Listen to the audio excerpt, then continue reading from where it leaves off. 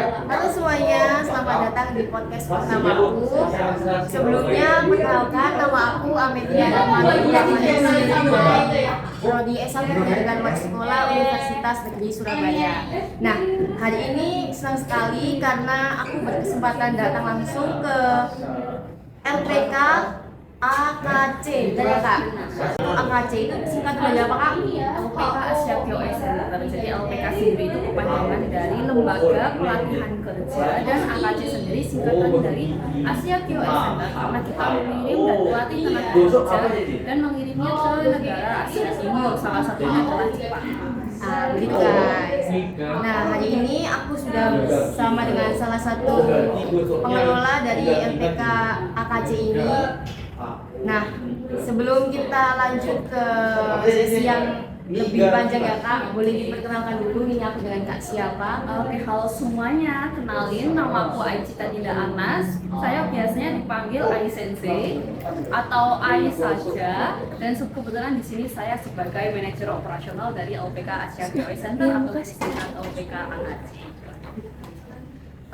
Kak, kalau boleh diceritakan sedikit tentang sejarah dari LKP ini tuh gimana ini? Kenapa kok membangun ini? Dan Nah, jadi sebelumnya sebenarnya sejak tahun 1990-an itu udah banyak yang namanya lembaga pelatihan dan pengiriman tenaga kerja. Cuman emang pada saat itu marketnya tidak banyak yang tahu, ya kan? Masih orang-orang kan masih terpikir kalau setelah lulus, kalau dulu SMK kan namanya SMEA pada tahun tersebut ya. Itu kan rata-rata mungkin udah langsung berpikiran kerja pabrik di Indonesia, dan emang lowongan di Indonesia saat itu klasifikasi calon karyawannya tidak sesusah saat ini, ya kan? Kalau dulu ada pun masih hanya dijangkau orang-orang tertentu.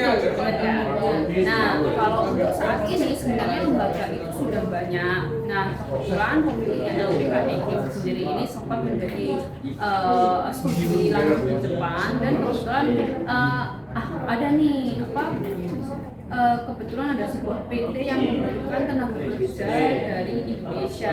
Nah, kenapa kita tidak membangun sendiri tempat pelatihan itu, sedangkan kita sendiri juga punya prospeknya. Akhirnya dibentuklah LPK IKC ini pada tahun 2019.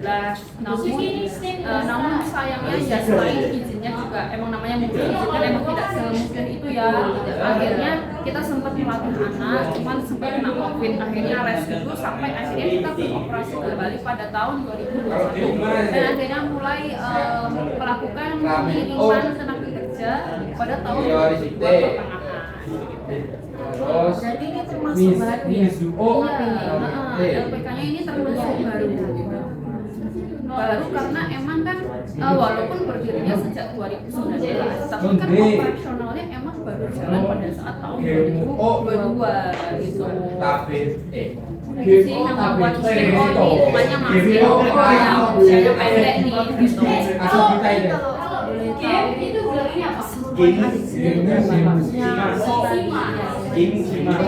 Kalau untuk peserta saat ini itu untuknya di Surabaya itu totalnya ada sekitar 50.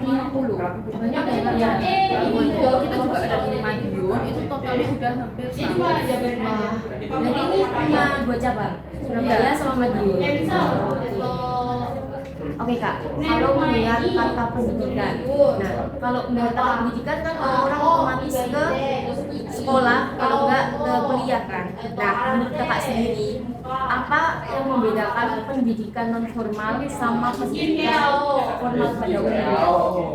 Oke, kalau non formal itu secara bahasa Inggris itu kita bisa ikutkan kursus nggak sih, kayak bahasa Inggris yang pokoknya semuanya itu di luar formal, yang sekolah yang emang kita secara hidup lahir itu udah dituntut untuk mengejar degree ya, mulai dari SD sampai SMA, kuliah juga emang diperlukan. Dan menurut saya kalau membedakan antara formal dan non formal itu tergantung kebutuhannya sendiri.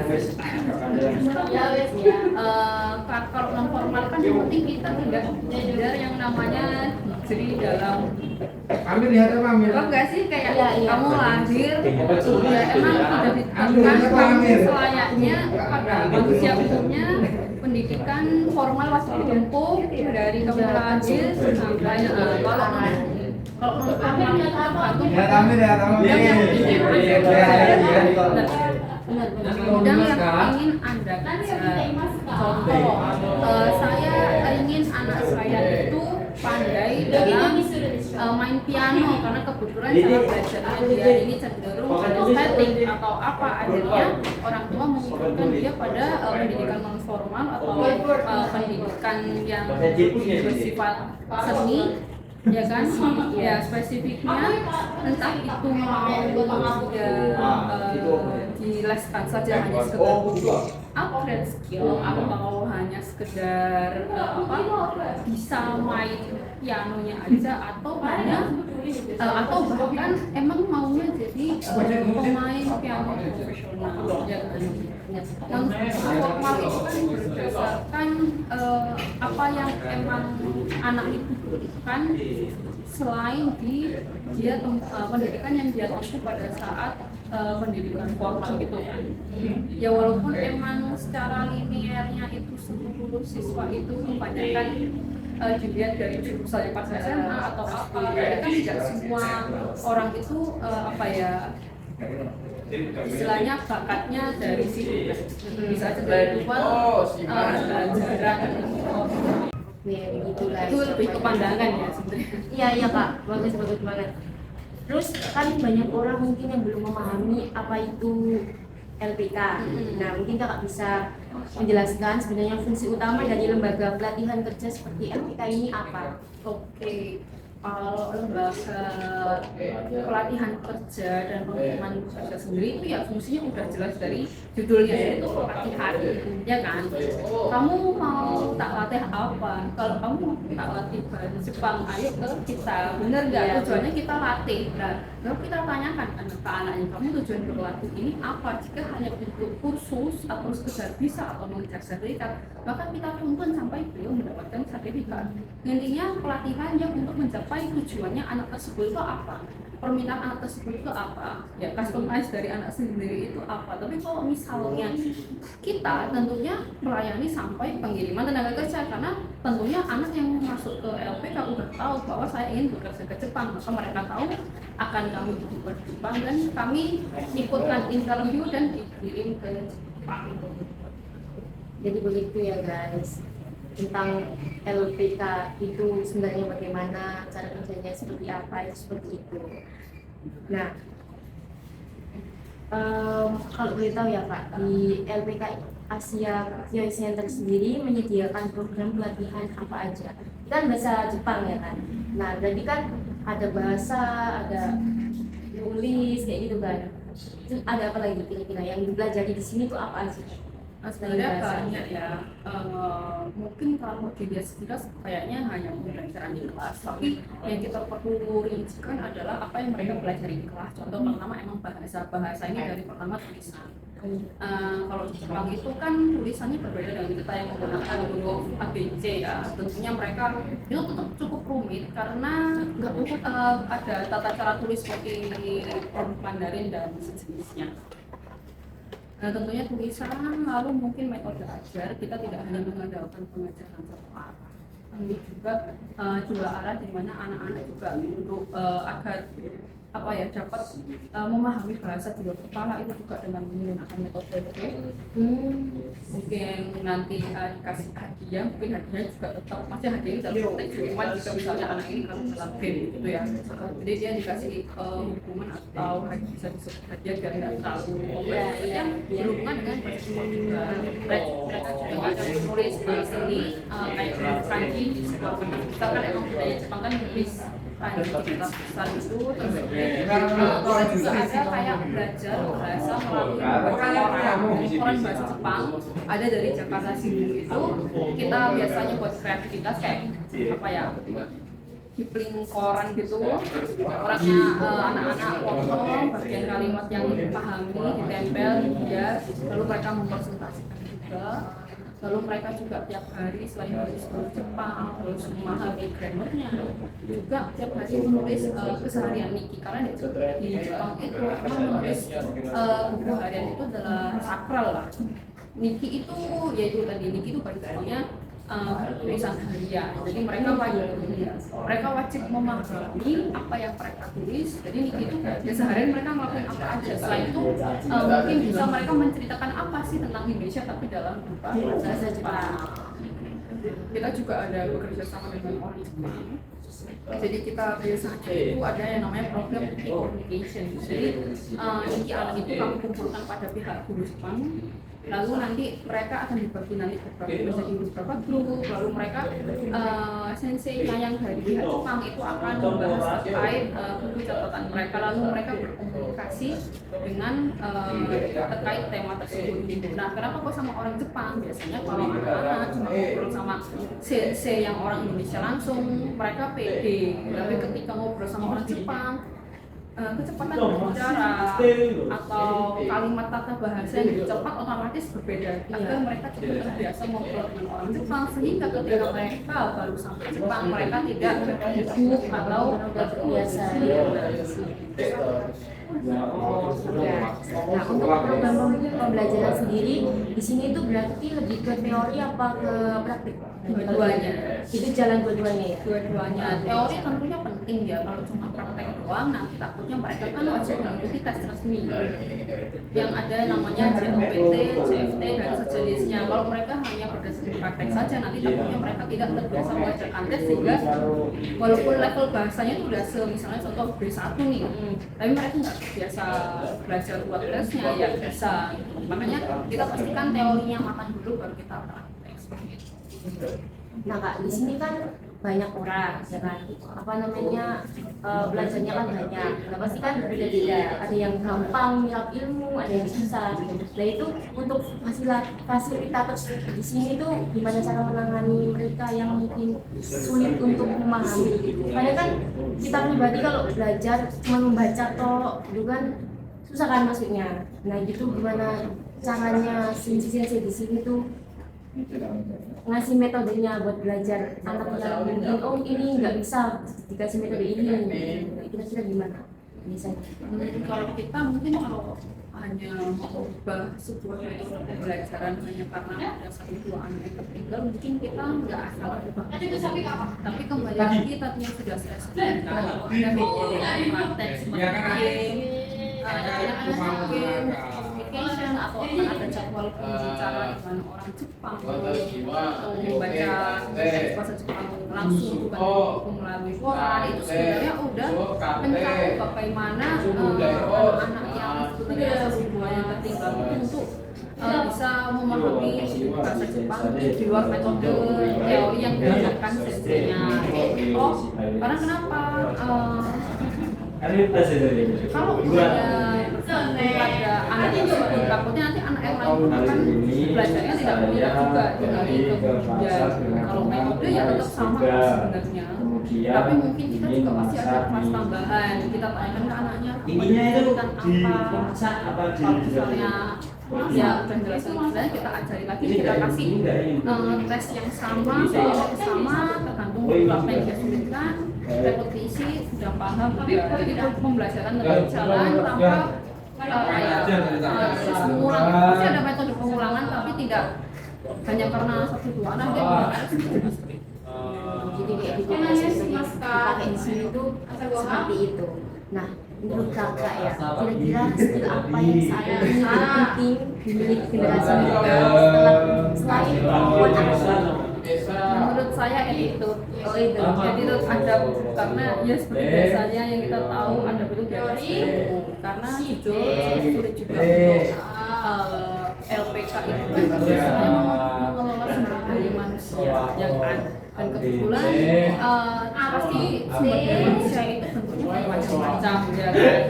Mungkin ada yang positifnya di sini, ada yang negatifnya di sini, tapi kita paling akan susah kalau misalnya kita mendapatkan murid yang secara attitude atau akhlaknya kurang. Itu akan krusial ketika semua proses pembelajaran, proses akademik itu terjadi. Menurut saya ya skill masih bisa dilatih. Kita bekerja sama dengan kayak tempat bengkel, perusahaan ada mesin ini atau pertanian, skill skill bisa diasah, kita bisa lakukan mereka kemana-mana. Tapi kalau attitude-nya walaupun kita bisa arahkan tetap kurang, ya sulit. Itu yang nomor satu menurut saya. Skill bisa diasah, attitude Berarti yang sesuatu yang paling penting attitude buat kita, apalagi Gen Z sekarang ini.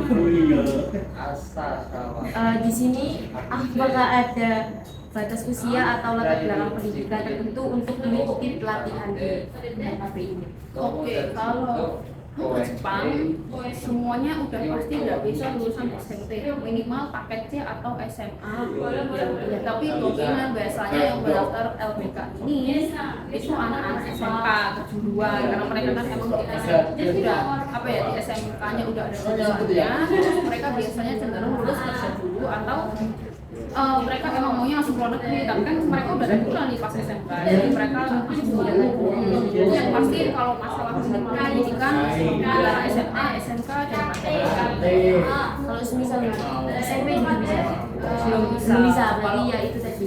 Kalau untuk usia tergantung program dan klasifikasi pekerjaannya. Kalau misalnya kebetulan di kami itu lebih banyak program magang. Magang ini bukan ini ya, hanya judulnya aja magang, tapi tetap kerjanya full time. Nah, magang tuh karena dianggap magang karena dia kontraknya sampai 3 tahun. Nah, itu yang boleh daftar ke program tersebut itu hanya sampai usia 28. Nah, tapi kalau untuk yang lain namanya program untuk Regino itu yang bukan magang lagi tapi kerja profesional. Biasanya itu visanya 45 tahun, tapi biasanya kontrak di perusahaan tersebut itu minimal setahun, jadi nggak boleh setahun ini pindah kemana-mana. Nah, itu biasanya usianya masih bisa menjangkau sampai sekitar umur 40-an. Tapi kalau kita masih membatasi sampai umur 45. Yang pokoknya lulus SMA atau SMK sampai umur 35 bisa Jepang ke sini. Nah Kak, kalau bicara tentang bahasa Jepang, banyak orang kan menganggap bahasa itu cukup sulit kan dipelajari. Nah, menurut Kakak sendiri, tantangan terbesar peserta saat pertama belajar di sini kira-kira apa? Yang Kakak lihat gitu. Mungkin kemampuan berbicara sebenarnya pada dasarnya kan anak itu kan awalnya hanya membaca dan melihat. Ketika mereka mulai golongan satu yang membiasakan berbicara bahasa itu yang cukup sulit sih. Tapi sebenarnya ketika mereka bisa, logatnya mereka itu bagus, dan kita juga tahu ya fact di sosial media katanya orang Indonesia itu sebagai penutur bahasa Inggris dan bahasa Jepang terbaik gitu. Dan emang orang Indonesia sendiri kalau untuk mengucapkan bahasa asing kan dia lebih fasih ya daripada kalau kita mohon maaf mendengarkan negara tetangga contohnya mungkin Thailand, Vietnam. Kalau kita bandingkan ketika ngomong bahasa asing emang orang Indonesia itu lebih jelas artikulasi karena aslinya kan dari asalnya. Iya. Jadi kalau dibandingkan kayak huruf gitu, berarti lebih ke ini ya, susahnya lebih. Ya, berbicara mungkin kalau huruf itu ketika mereka udah menguasai hurufnya udah bukan huruf basic. Jadi di Jepangnya kan ada 3 huruf nih, hiragana, katakana, dan kanji. Hiragana ini emang basic, emang asli huruf Jepang. Lalu katakana asli huruf Jepang, tapi ini biasanya untuk tulisan lewat bahasa Inggris. Contoh, coklat itu kalau di Jepang kan chocoreto, lah itu udah pasti memakai katakana, sampai hiragana karena kosongan bahasa Inggris. Lalu ketiga ini ada yang namanya kanji.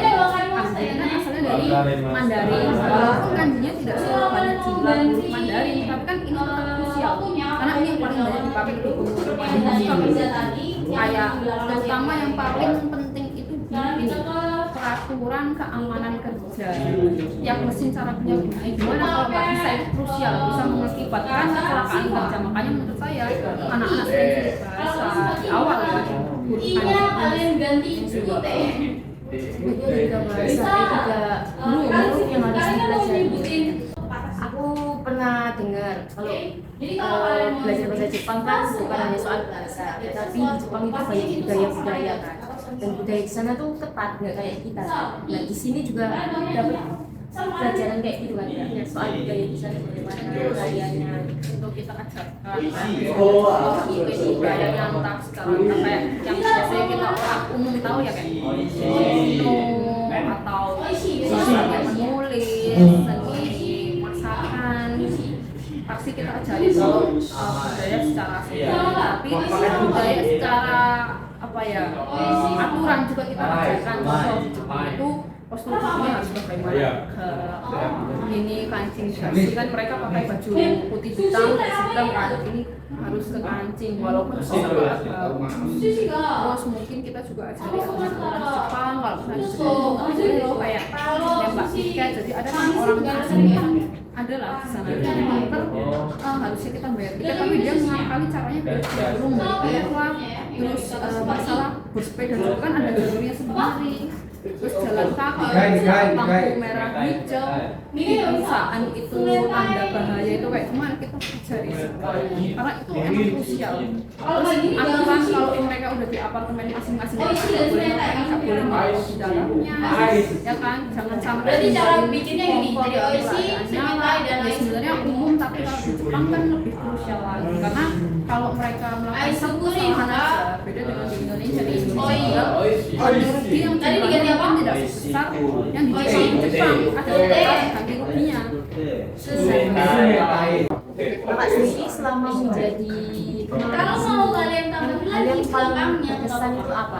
Sumit takute bla bla bla bla bisa Yasui Yasui deh so mau ditambahin Sumit takute bisa Saya Yasui deh bisa melihat anak-anak saya berhasil gini berangkat. yang penting apa tadi? Dan Kalau positif, kalau kesan yang tanpa menguji ada semua. problem kan Jangan tiba-tiba anak-anak lo ada aja kan. ini Dan apa kebetulan dikritik tapi puji. kita setiap murid yang masuk Alhamdulillahnya alhamdulillahnya mereka walaupun ada banyak kesusahan, ada memiliki kekurangan ini, kelebihan ini, tapi mereka Jangan pada aku teh. sampai sekarang udah Oke, itu sebenarnya buat Abu Naides. siswa udah berada. Ya itu. Sebenarnya banyak mereka yang ngerim lebih banyak, tapi untuk pencapaian kami yang mungkin baru operasi tahun 2022 yang kami ini mengesankan. Kita belajar dan persiapan kerja ke luar negeri yang berbeda. Nah, tantangan apa yang paling sering dialami peserta kunjungan?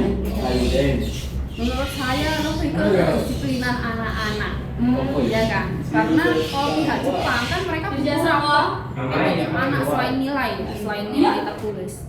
Kalau anak ini emang menunjukkan attitude buruk sekali, kamu nggak apa-apa untuk memberikan dia sendiri nggak taat. Tapi kita berusaha agar anak-anak ini bisa taat. Karena walaupun kita sudah menekankan peraturan yang ketat secara tertulis, namanya anak-anak ya pasti ada aja yang dilakukan. Mau itu secara etis atau dianggap ya itu jangan dilakukan lah di area sekolah. Gitu ya pasti ada lah pelanggaran. Sebenarnya lebih ke disiplin karena kalau kita membiarkan anak-anak kayak gitu pada saat di Indonesia mestinya tidak diatur disiplinan ya, masalah waktu juga ya, masalah sholat juga ya. Dan di Jepang kebiasaan kita juga karena tidak pihak sana ya kok anak nggak disiplin apa yang kamu terima gitu. Karena ini juga bagian dari pendidikan kita. Jadi sebenarnya mengatur disiplinnya. Tapi sampai Jepang sampai saat ini belum ada yang melakukan pelanggaran terkait. Menurut kakak, apa yang harus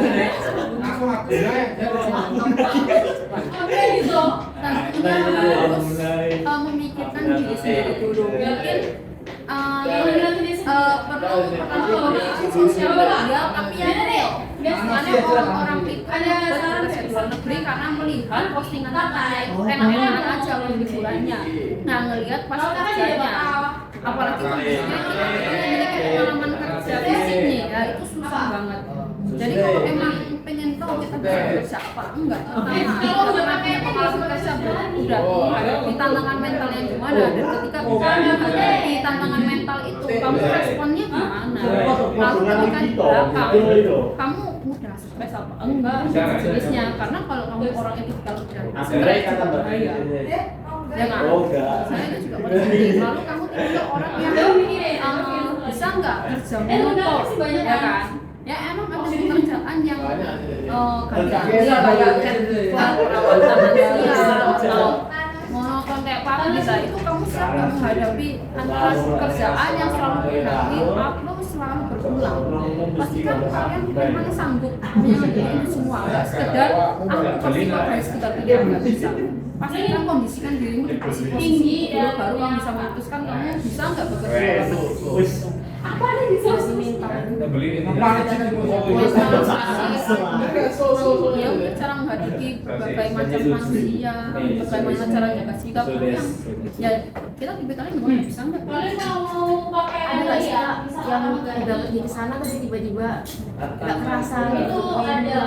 Tentu ada, tapi kita juga selalu memberikan ini ya konseling ya. Kita nggak akan lepas anak kita begitu aja. Kita juga ada grup kalau misalnya mereka udah di depan ada grup sendiri lah. Misalnya tidak hanya sekedar grup per kelompok, tapi juga grup Itu nanti jadinya untuk pengumuman jika ada suatu kasus atau mungkin ada aku nggak ngerti kenapa yang dia mau konsul itu karena langsung udah ke peraturannya udah ya tentunya ada karena mungkin ada tekanan dari orang kadang orang itu dari orang sekarang posisinya perfect padahal ada juga yang enggak kadang di perusahaan mungkin kayak padahal baru salah dikit udah dimarahin atau apa nah ya sama dari kita selama aku tidak dipukul kaki tangan masih digaji layak hidup dan cara dia belajar tahan mental hanya kayak gitu masalah tapi tetap kita pasang sering memberi penguatan nggak nyalahin anaknya juga sehingga anaknya pun akhirnya biasa dan istilahnya masuk ke pintaran keluarga kiri mana yang benar dilakukan yang tidak perlu dikeluarkan ada bedanya Jadi itu jadi kalau kalian pakai benar tolong diganti Iya Kak, lihat sekarang kan lapangan pekerjaan kan semakin sedikit ya kan. Jadi otomatis persaingan kerjanya kan kenceng berarti. Nanti Nah, kalau jadi menurut Kakak, apa kesalahan yang paling sering dilakukan anak Anda saat mempersiapkan diri untuk dunia kerja? ini sih coba yang lain tergantung deh kamu startnya dari mana dulu Jangan kalau dulu deh. dari SMA mungkin ini sih jangan terlalu ekspektasi kecil biasanya gitu kan kalau anak kuliah jangan lupa pas kuliah manfaatin program MBKM mau itu kewirausahaan atau magang banyak banget kalau di tempat kerja memanfaatkan program MBKM satu itu untuk mencari pengalaman bekerja mau di pos Indonesia, BCA dan berbagai tempat. Menurutku Ingat yang kalau emang baru mulai kerja, yang penting kamu pastikan tempatnya manusiawi dulu aja. Jangan terlalu expect salary yang tinggi. Nanti kalau udah terbuild nih pengalamanmu baru kamu bisa memilih perusahaan yang emang sesuai dengan skillmu yang sudah kamu bangun. Tua sini. itu nggak boleh tuh lagi Satu platform itu atau yang itu nggak bukan semua buat anak buat itu. tahu kalau mencari pekerja itu di website kalau yang nggak punya profile atau kayak itu gimana kalau misalnya kalau anak kan biasanya ada nih saluran di WhatsApp lowongan kerja bisa aku cari tahu dulu informasinya apakah tempat tersebut memanusiakan atau tidak saya udah apply gitu sebenarnya banyak kok cuma kita aja yang kurang Apakah ijazah AC itu untuk kita bawa bersaing di dunia kerja? Tergantung tempat sebenarnya tergantung pada pekerjaan apa kalau misalnya kamu ke Jepang ijazah sebagai perjalanan saja ya kan yang dicari kan skillmu tapi kalau ijazah pekerjaan tergantung ada juga di Indonesia juga sebenarnya kalau pas Coba nih, Bib. nemu tempat kerja yang fleksibel pun sebenarnya kamu tidak perlu lulusan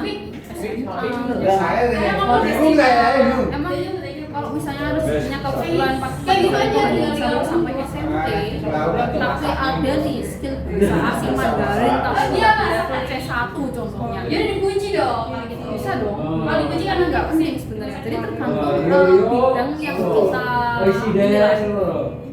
bidang yang kita minati untuk bekerja Berarti skill itu tadi ya. Selain ijazah yang diperlukan itu skill tadi. Nah, kira-kira skill seperti apa yang kemungkinan paling dibutuhkan di dunia kerja? Kalau saat ini ya tergantung konteksnya apa. Kalau bidang fisik mungkin karena sekarang banyak ya aplikasi robot atau apa, tapi tetap aja AI itu maupun robot tidak dapat menggantikan tenaga manusia. Jadi menurut saya ya kalau dia masih mencari tradisi yang menguasai misalnya itu gitu. Tapi kalau untuk kedepannya menurut saya yang bakal paling berguna adalah yang berhubungan dengan artificial yaitu melalui IT dan sejenisnya. Saat ini kan pendidikan non formal seperti kursus bahasa kan aku pada kerja di era sekarang itu pasti tidak sih kak sebenarnya. Penting banget karena kita itu kan emang masih apa ya, lack of human labor. Jadi kita emang masih pada SDM yang belum terlatih atau apa ya, belum sepenuhnya profesional. Dan emang itu juga ada keterbatasan dari tempat-tempat kerja yang apply atau juga. Sedangkan apa harusnya kita juga menggunakan memanfaatkan program pemerintah yang memfasilitasi tidak hanya ke Jepang, Korea, Eropa, dan sejenisnya untuk mengembangkan secara SDM di Jepang juga kebetulan kan emang udah menurun ya penduduknya karena anak mudanya sendiri juga untuk melanjutkan pendidikan itu kan harusnya menjadi kesempatan kita untuk update skill. Nanti kalau misalnya mereka mau menetap di sana juga apa mau mereka kembali dan menunjukkan SDM lagi juga jauh lebih bagus. Apa harapan anda terhadap perkembangan pendidikan non formal di Indonesia ke depannya?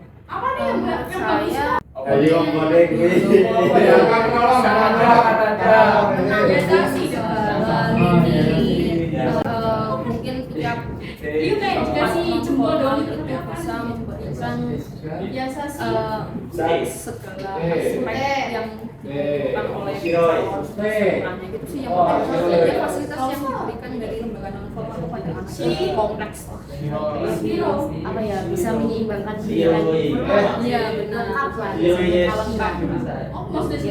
Nah, kalau boleh tahu nih, apa alasan pribadi kakak memilih atau tertarik menjadi pengelola di bidang ini? karena menurut saya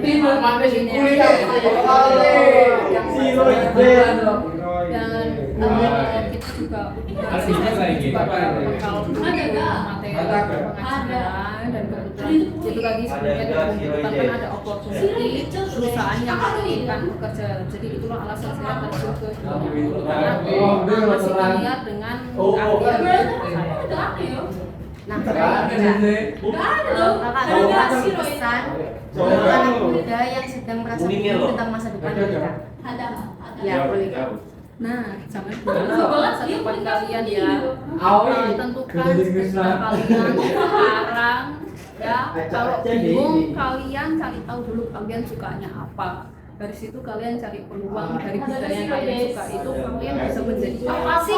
Nah, ketika kalian sudah tahu bidang apa, silakan kalian cari caranya kita entah itu di sosmed, di website untuk proses menjadi cita-cita atau sosok yang ingin kamu inginkan. Itu sih kalau dari aku. Oke, udah itu aja kak. Wow, sangat bagus sekali pesan-kesannya ya teman-teman.